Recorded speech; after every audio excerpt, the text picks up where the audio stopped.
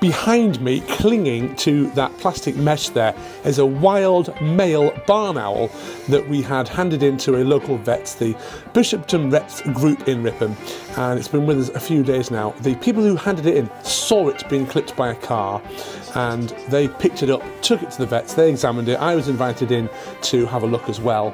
I've then taken it back. We've been feeding it mice, some cockle chicks as well. It's been eating well, its weight's up, and I think tomorrow morning we're going to release it back into the wild, because watching it fly around this aviary, it's doing really well. It looks fit and healthy, ready to go. Kind of a stunned bird. Now, of course, in the wild, left alone, if it had been clipped by a car, it's going to then be starving to death, or perhaps dehydrated and it will die of thirst. Maybe another car would have hit it, or a predator would have come and eaten the owl. So even though it wasn't a serious injury that's had to be repaired and heal up, we can consider this to be a rescued bird of prey, saved from death from traffic, which is very common with barn owls. So very shortly you'll see us releasing that owl back into the wild. But before that, I want to show you this little mark on Axel here. If you look just above his left eye, which is currently facing away, he'll turn back in a second, you can just see a small cut just at the top there. You can see it, and it's probably been caught on something, either in the aviary, if there's like a splinter or a little sharp edge somewhere as it's been flying around it, or while it's been flying, because I have been flying him free. I've realised I haven't shown any footage of me flying him free yet. We've only had him about 5 weeks, but it doesn't look severe, but it's definitely happened. So I'm going to pop some of the F10 on. I've got the pink stuff here, which is the insecticide version as well. And what I'll do is I'm just going to have a go at popping a bit on every day, if I can. There we go, I managed to get a little bit on there. I'll have to try and rub it in. And I'll just try and do that to keep it from infection, and hopefully it'll heal really quickly. I'll monitor it every day. If I need to take him to the specialist vets, of course I will, but that looks like something quite remedial that I can hopefully fix myself just by kind of rubbing that on there, and you know, then it heal naturally. Little update, I decided to cast him in the towel, put the F10 on, and he managed to, my fault entirely, as he came out, he just caught me as he was just scrambling.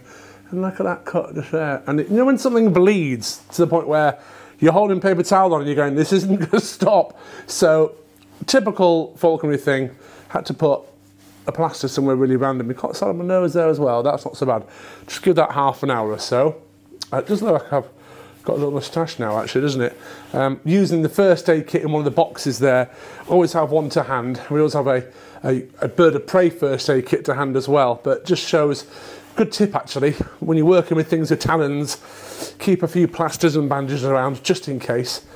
So as promised at the start of the video, I'm now going to show you the release of another bird of prey we've rescued. The barn owl's in the box down here. So we're going to just open the box and see if it wants to fly out. Sometimes they do, and sometimes I've got to get them out. I'm going to set them off. But this is a perfect sort of landscape for it, and it was found in this area not too far away. So we always like to release them back into the area where they were found. In fact, some years ago we had a tawny owl go up and start hooting with its partner, literally reunited. So that can even happen sometimes. We don't know how old it is, 2 or 3 years old probably, but it's going to be sitting probably at the back of the box at the minute there, looking a little bit shy. Oh, but it's on the floor and off it flies. Let's have a look. It might be a bit wobbly, but it's hard to tell in an aviary. Oh, is it going to hop about? If it is, I might have to get it back in the box again. Oh, that's not too good actually, does it?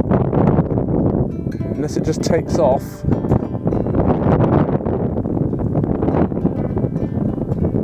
It's hopping. Oh, this might be a bit of a failed attempt.